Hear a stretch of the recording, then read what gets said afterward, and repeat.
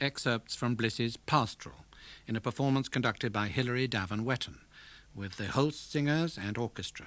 The mezzo-soprano in the Pigeon Song was Shirley Minty, and the flute and piccolo player was Judith Pierce.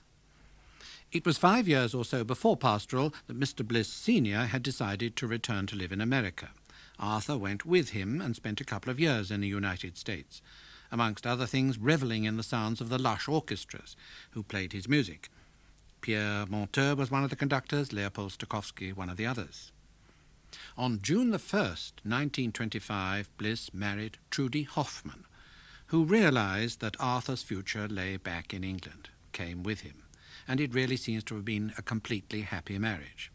I expect Lady Bliss is listening to this program, so I'd like to wish her a very happy anniversary day. Hope she's enjoying the music, hearing Arthur's voice, and not objecting too much to what I'm saying. Bliss delighted in working with great instrumentalists, with Leo Goossens, who played the 1927 Oboe Quintet, to be broadcast on Monday late evening, with Frederick Thurston, who played the 1932 Clarinet Quintet, to be broadcast on Friday evening, and with Lionel Curtis, the Viola Sonata, which we're going to hear part of now.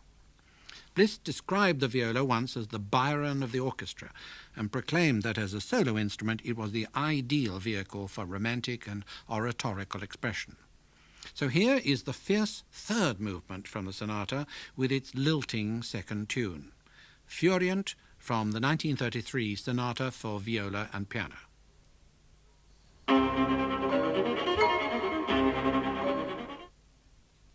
The players in that performance of the Furient from the Viola Sonata were Emanuel Vardi, American violist, with the English pianist Catherine Storck.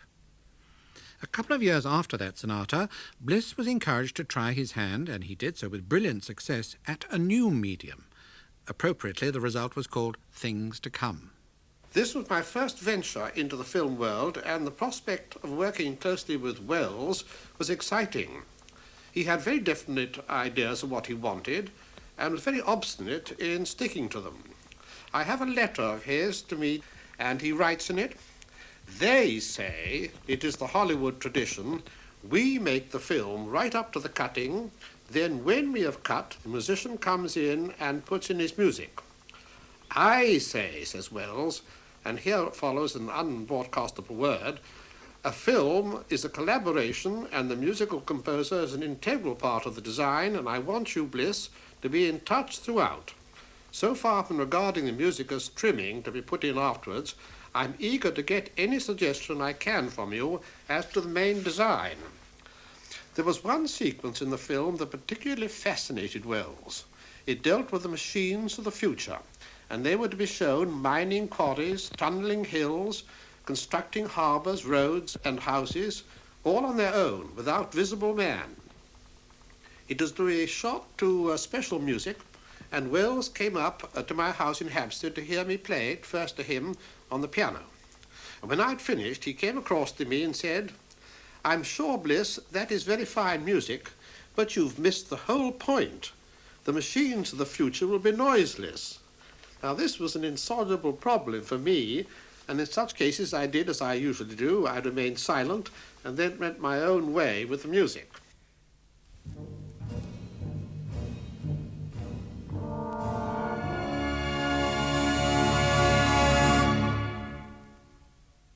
Two sections from the music for the film Things to Come, Machines and then Reconstruction, the composer himself conducting the London Symphony Orchestra. Well, now, let us look at Bliss the man. What did he look like? There's a marvellous drawing of him in 1922, age 31, by Wyndham Lewis. The painter has taken the subject's somewhat oval-shaped head, as it was in those days, confirmed by photographs of him in World War I, and he's elongated that oval with artist's license, including the nose and the jaw. The forehead was always long and curved. Arthur himself used a comparison with an El Greco painting, but I find that El Greco heads are rather haggard and ragged-looking, compared with Wyndham Lewis's, which is a clean oval shape. His portrait shows a subject brimming with pent-up energy, with a very determined mouth line. You don't mess around with this person. In later life, the impression was rounder, more genial, and the moustache, as it happens, became fuller. I'd like to play you now quite a substantial interview Sir Arthur gave me in October 1965. You've heard the first sentence already. One never can find out what impression either one's personality or one's music is making on an audience, really, any more than one can tell what one looks like from behind. A friend in Scotland Yard did tell me that the main identification is the back of the head, which you cannot alter. Now, I've never seen the back of my head, as far as I know, not even in a tailor's mirror. But I should think that my music does have a certain vitality, as I have myself, both rhythmic and in colour. And melodically speaking, I do hope there is something that one recognises from the main body of my work. I was told that one or two of my tunes have what you might call a scissor-like form. That's to say, they begin by having notes far apart and then close up to the middle. But I'm not conscious of that. In fact, I'd rather have that answer to that question replied to by those who are actually listening to me, and they could tell me something. I find that practically any page of your music, one can say, that's Bliss. You can? Oh, yes. Well, that is worth hearing, if I may say so, because one never knows oneself. Yes. One has one's favourite works, and the favourite works are generally those that are least successful. It's rather like a family, that very possibly one's greatest love goes out to a child who is more backward than the others. And I can say that both the opera The Olympians and the television opera Tobias, an orchestral work, the meditations on a theme of John Blow, and some of my chamber music is the best. John Blow, of course, was a forerunner in the office I hold. He was the master of music in the time of King James II. And I chose a very beautiful tune of his and wrote these set of variations on them. And I'm always rather proud of that work, actually, although it's seldom performed. Sir Arthur, you've got round to the subject yourself. And I know that you'll get many questions about being master of the King or Queen's music, but can you tell me what your duties are? Well, the duties are not laid down.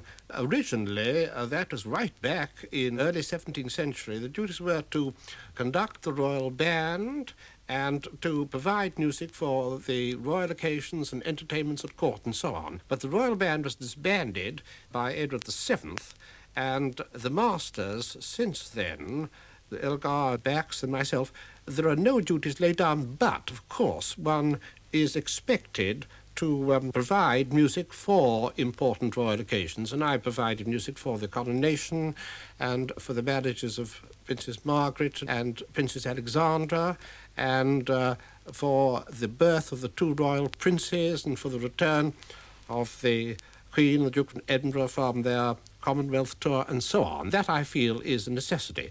And then one, of course, is asked to give one's advice to the palace on any questions dealing with the musical world, the Queen's patronage and so on. It's an honorary position. It's appointed by the Queen personally and is nominally held for life. You don't get paid in acorns or bottles of sack? Or No. There are two clauses, I believe, in the original charter, which unfortunately has been destroyed, which I should very much like to keep to. I think in the original charter it said, first, the master of the music can never be arrested, and secondly, the master of the music need not pay any taxes. Oy. And I've talked to legal friends about this, and I said, supposing I left my car, for instance, in the middle of Piccadilly Circus and walked off and said, well, in the Charter of 1626, I'm allowed to do that. And he said, well, of course, it would be a case in court. It would probably last about 100 years and cost you every penny, so I don't think I should do it. So I haven't yet. I think you're a marvellous person to do this kind of thing because you obviously love ceremony and pomp. Well, that sounds very pompous.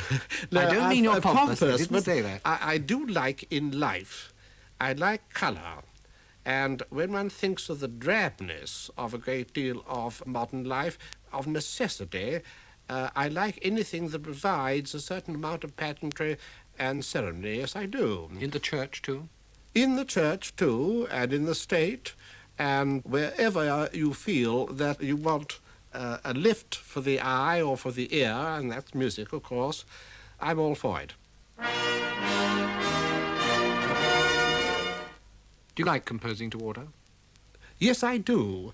When I looked at the list of my works the other day in an article, I found that practically every work was asked for. And what interests me is the dramatic occasion of a work, whether it is writing fanfares and other music for the wedding of Princess Margaret, or whether it's writing a ballet such as I did for the San Francisco Ballet Company, with knowledge of their powers and so on.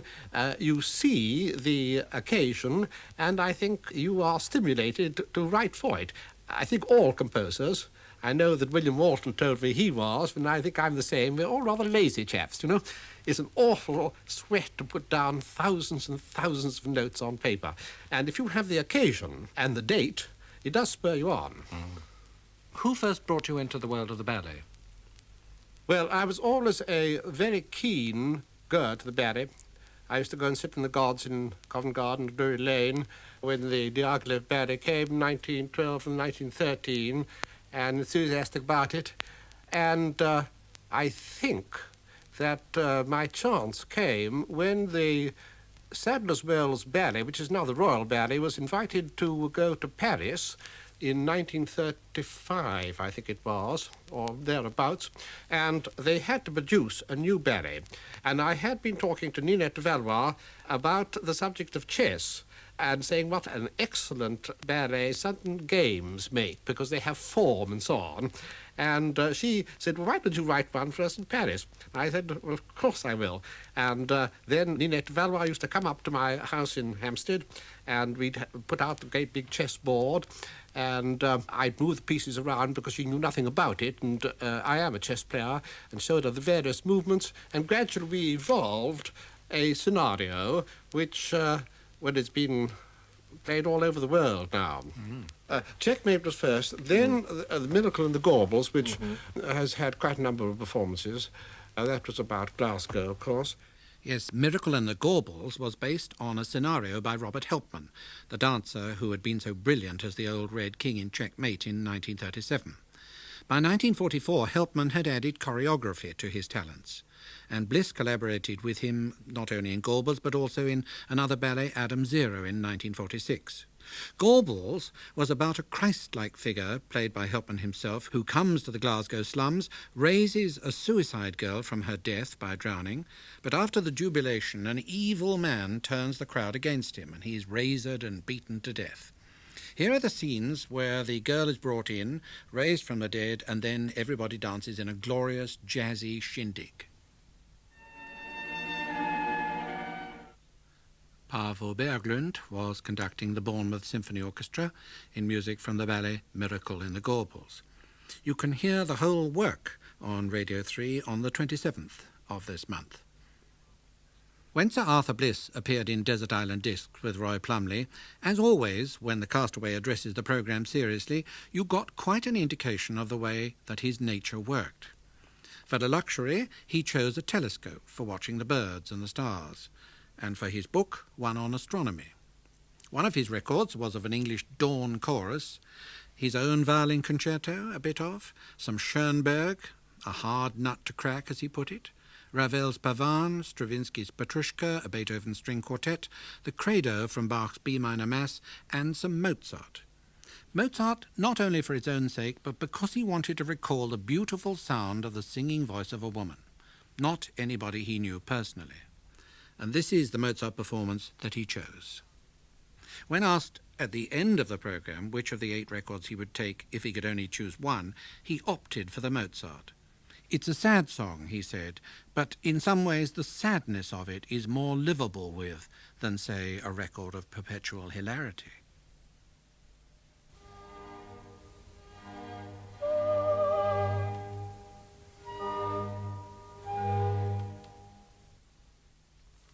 The soprano voice of Irmgard Seyfried, Pamina's aria from Mozart's Magic Flute, Ach, ich fühl's. In the 1930s, Bliss was intermittently thinking of writing a piano concerto, but its composition didn't come to fruition until he was asked to write such a piece for the World's Fair that was to be held in New York in 1939. Solomon had been the first player of the piano part in the viola sonata, and Arthur wrote the concerto for him. As with the viola sonata, Bliss was typically generous in acknowledging the help he received from these two artists, Tertis and Solomon, in both these works. The concerto is romantic, of the type usually called unashamed, and the pianist at the very onset of the concerto has to throw himself into a fiendish double-octave flourish. Bliss tells in his autobiography how Solomon was, as always, terribly nervous before going onto the platform, and Bliss more or less had to throw him onto the stage. I'd like to play you now the substantial first movement from the concerto, with the famous double-octave passage at the beginning. One of my favourite bits is in the development section, when Bliss sets up a rather cool, jazzy section.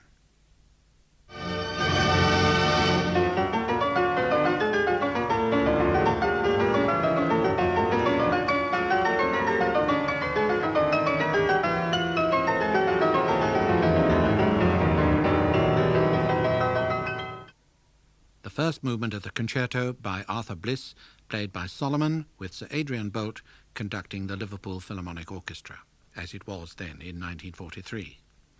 Bliss had taken his wife and their two young daughters, Karen and Barbara, to the premiere in New York, and they went on to have a holiday in Maine. From there, as war had been declared, they went on to California, where Arthur accepted a teaching job.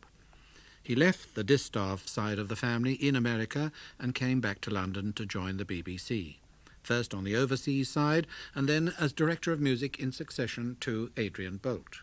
This wasn't the first time that such a succession had taken place. In the early years of the 1920s, Bliss took over the conductorship of the Portsmouth Philharmonic Society from Boult.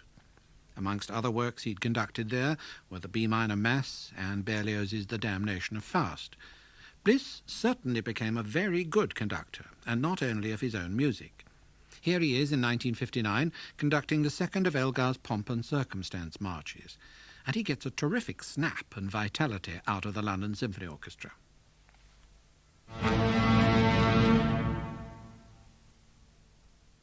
Elgar's Pomp and Circumstance March No. 2, Bliss conducting the LSO. Now, there's a gap in 1947 and 1948 in the list of his compositions, because Bliss was writing a full-blown opera called The Olympians. He himself referred to it later in an interview as being a failure.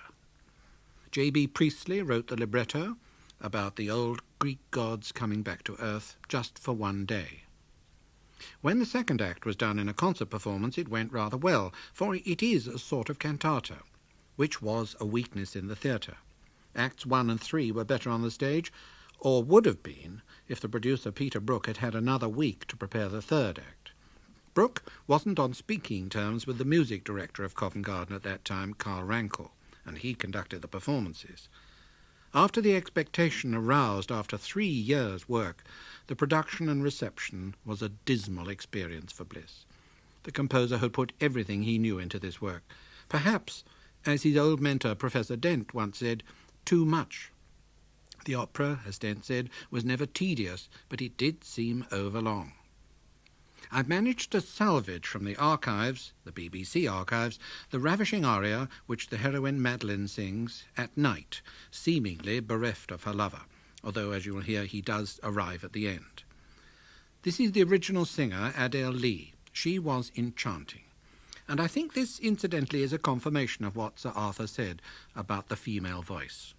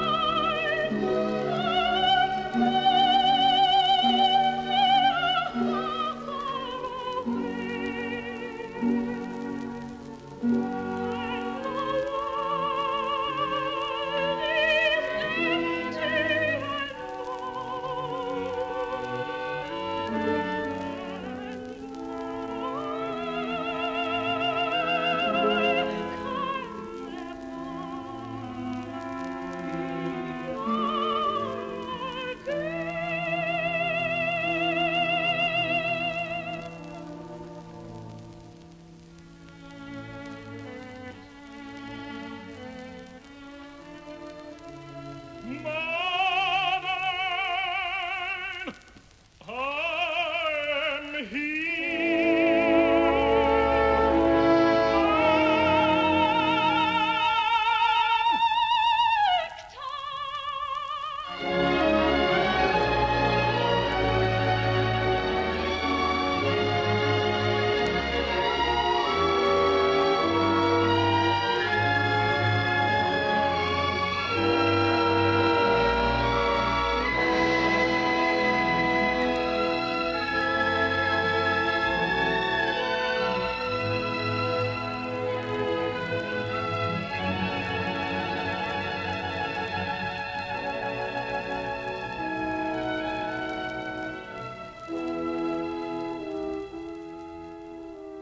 Can you describe at all how the composing process works for you? Well, I think there are two things that I can say about myself composing. The first thing is I'm sure one must have a rigid schedule or plan for work. That's to say, I get up pretty early and I get rid of my correspondence in the first half an hour so it's not lying on my desk, and then I work until lunchtime. And I also work for an hour or so between tea and dinner. And on Mondays and Wednesdays and Fridays, you feel that what you've done in the morning is of no value at all. But that doesn't matter, because on Tuesdays or Thursdays you do have an idea. And I'm a great believer, secondly, in what the subconscious mind does for you. I think all composers get to a certain point in the work and they get absolutely stuck. They don't know which way they're going to turn. And then one has a deep sleep. And next morning, what I do is to play the work on the piano up to that point, and I suddenly feel my fingers carrying me logically on, and what has happened really is the mind in sleep has been solving a problem for you.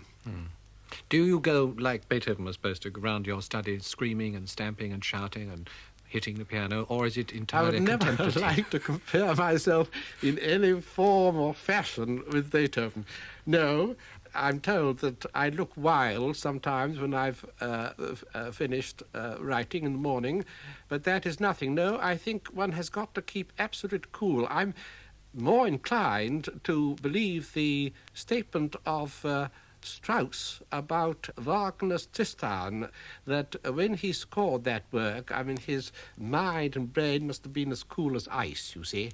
The idea of pacing through the woods and singing and shouting and so on is really rather a movie type of presentation. Much more Haydn, who dresses up in neat clothes and sits at his desk and gets down with the gift that he's been given with and gets on with his work. Do you compose reasonably quickly, or...? Well, I used to. Of course, I'm now in my 75th year, and the processes do slow up.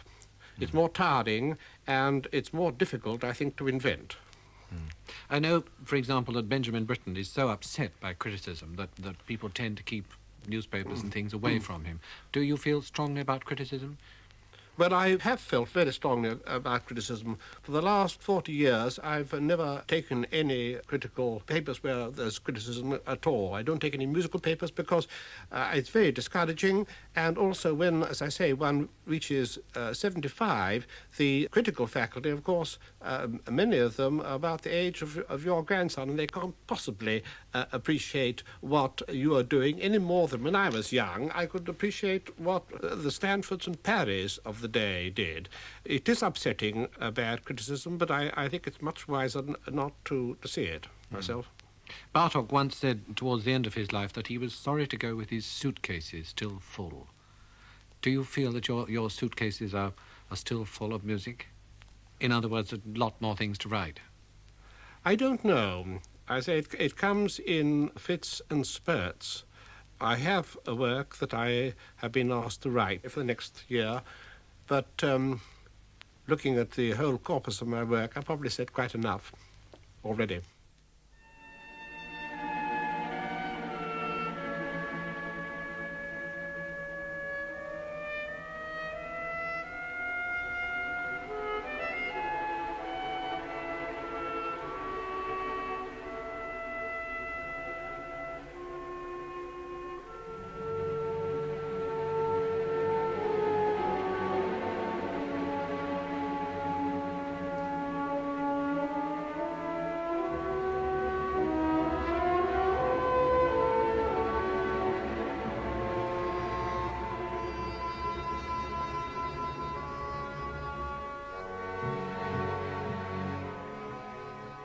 But fortunately, Arthur Bliss was being too modest there. It turned out that he hadn't said enough already. Peter Pears and Benjamin Britten asked him to write a work for the Aldeburgh Festival in 1969, and Peter sent the composer 3 poems by Gerard Manley Hopkins, and they stimulated a little masterpiece. It's a 13-minute cantata for mixed chorus, 3 trumpets and 4 trombones, with a couple of flutes in the middle number. But we're just going to hear the cantata's beginning. The world is charged with the grandeur of God. It will flame out like shining from shook foil. It gathers to a greatness like the ooze of oil crushed.